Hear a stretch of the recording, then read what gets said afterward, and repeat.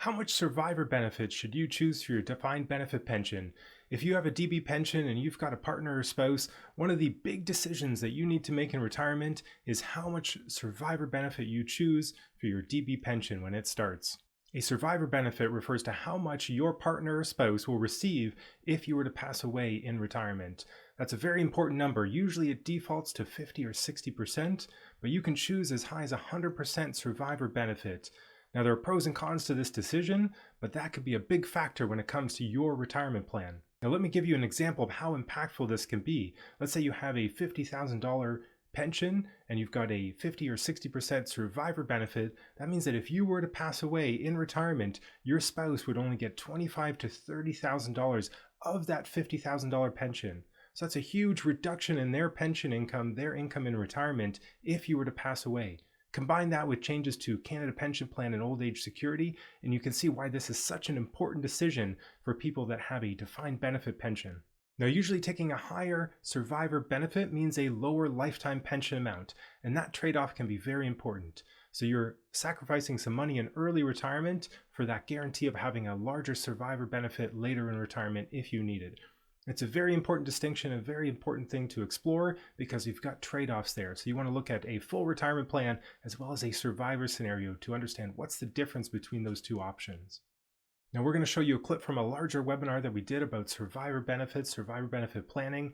In this clip, we're going to look at a pension, a couple with a pension. We're going to look at the two survivor scenarios. So what happens if either partner were to pass away in early retirement? What's the impact to their retirement plan? Now, this is a very important decision, and it's very important to see what were to happen when all of these changes occur and how that survivor can make the retirement plan still work, and if a larger survivor benefit is something that they should consider. So let's take a look at this case study. So let's familiarize ourselves with who we're working with. So this is Sam and Louise. They're both 65. Let's take a look at their financial assets here. So fairly good net worth, 1.2 million. And let's take a look at Discovery because I think there's a bit more here. So we've got 1.3 million starting off.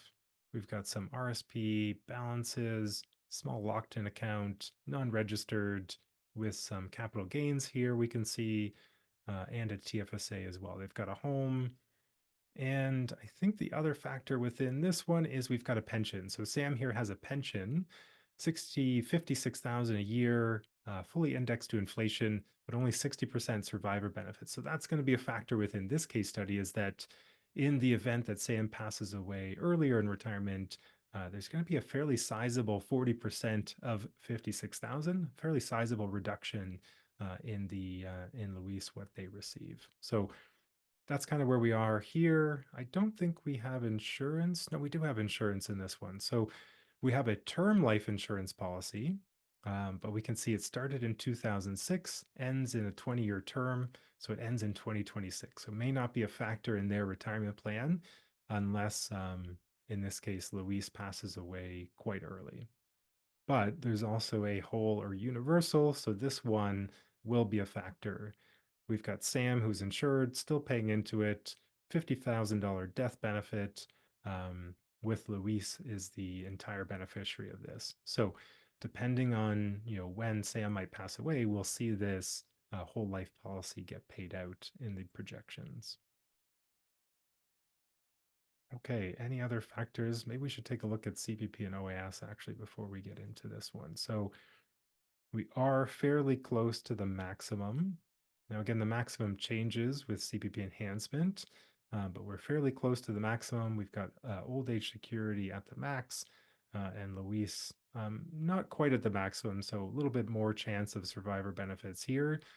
But yeah, definitely important that we'll see quite a reduction in CPP in both of these scenarios here. Okay, so let's take a look at the projection itself. So here we have enabled some AI strategies already. So we've got CPP at age 70 for Luis. We've got OAS at age 70. We're doing an RSP meltdown here. So we're drawing down money faster in early retirement.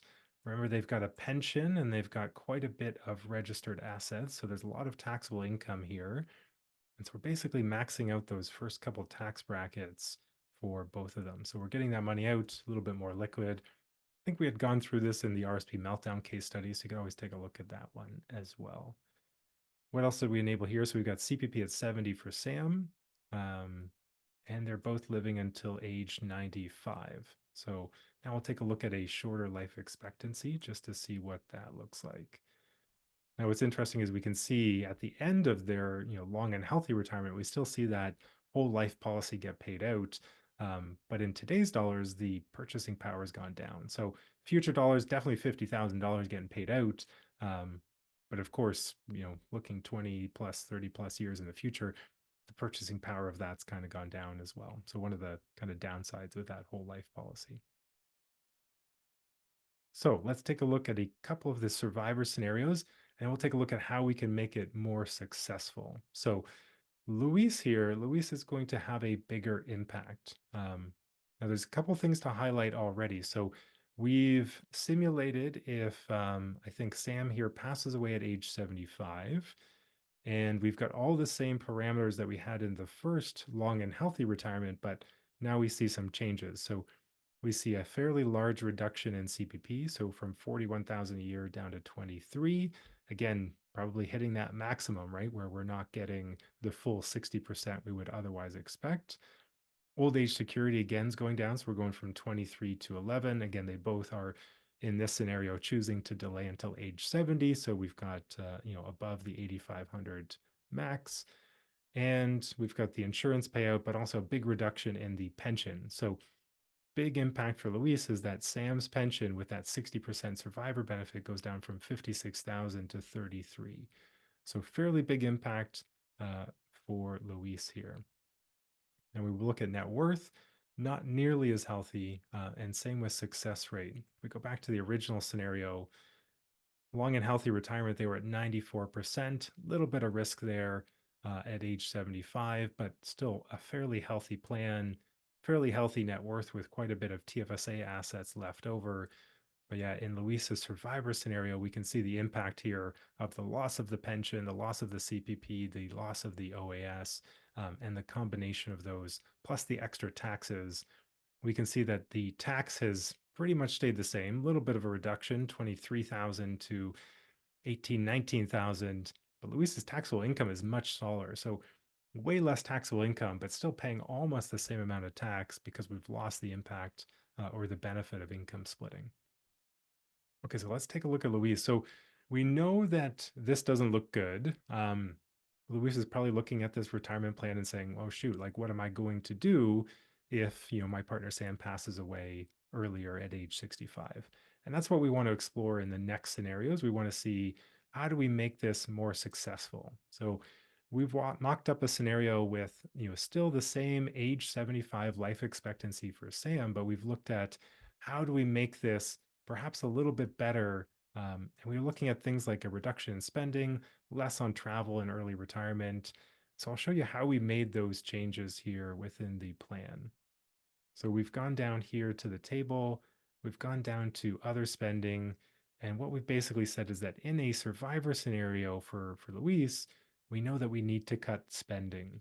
And this is something that we hope to add as an AI strategy in the future, is just looking at different levels of spending reduction if you enable an AI strategy, survivor scenario strategy. So in this case, we've done it manually. We've gone to other spending. We've added a $20,000 reduction in the event that Sam passes away earlier in retirement. And this does help make the plan more successful. So that's something you can explore as you're exploring survivor scenarios, as you're seeing the reduction in benefits or pension income. Luis has a fairly big impact because of all the reductions in income that she's now not receiving anymore. So a spending reduction seems to be necessary. Now, the other thing we can do is we can reduce spending in early retirement as well. So just leaving a little bit more assets for that sort of age 75. If this is a big concern for them, that might be something that they want to look at as well. So we just reduced travel spending a little bit.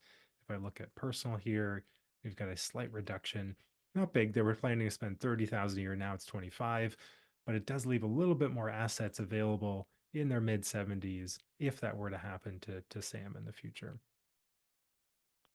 Now, the other thing that we can look at is in this case, we were deciding whether or not we should take a 100% survivor pension for Sam's pension. So, again, default is age 60. Other pensions, default is age, sorry, not age 50, but a 60% survivor benefit. Sometimes it's a 50% survivor benefit, but you can often opt for a larger amount. So, what we did is in the table for Sam, when we look at Luis's survivor pension, we've looked at a larger amount. So we've kind of overridden this to a larger amount that's 100%. If we go back to Sam, it's a slightly lower amount. So here it's maybe 52,000 a year. There's often a cost to having a 100% survivor benefit. So there's a lower lifetime amount, but that does give us a 100% survivor benefit for Louise. So that might be something that they explore as well within their particular plan. So here we've got 52,000 a year, but then it stays at 52,000 a year in a survivor scenario. Now let's take a look at Sam. So Sam's a little bit different. So Sam's survivor scenario, we have similar impacts to CPP benefits and old age security. However, with Sam's pension, there's no reduction because Sam obviously, even if there's a 60% survivor benefit, Sam gets to keep that entire pension amount. So if Luis were to pass away at age 75, Sam's in a slightly different situation than Luis might experience. So this is interesting because now we see some old age security clawbacks. There's actually more income here. So slightly different again for Sam than what Luis would have experienced with the same life expectancy survivor scenario. We also don't see that insurance payout until much later because that was Sam's insurance policy. And we can look at different ways to make it more successful as well. So here, success rate's better. I think for Luis, we had a 32% success rate. This one's a bit better at 47, but still not great. So we might want to look at if that were to happen, how do we make this a little bit more successful? And it's similar sort of insight is that we need a spending reduction here. We've got to reduce retirement spending in a survivor scenario. And again, we might choose different sort of pension options as well. So you can explore that for your own situation, what may make sense in a survivor scenario, just kind of preparing ahead if a spending reduction is required. Now, if you don't have a retirement plan created yet, we recommend signing up for advice. It's just $9 a month. You get full access to the platform to create a retirement plan and to explore survivor scenarios like we just saw. It's just $9 a month. You get access to the platform, our community for support, as well as our bi-monthly webinars that we do as well. Thanks for watching.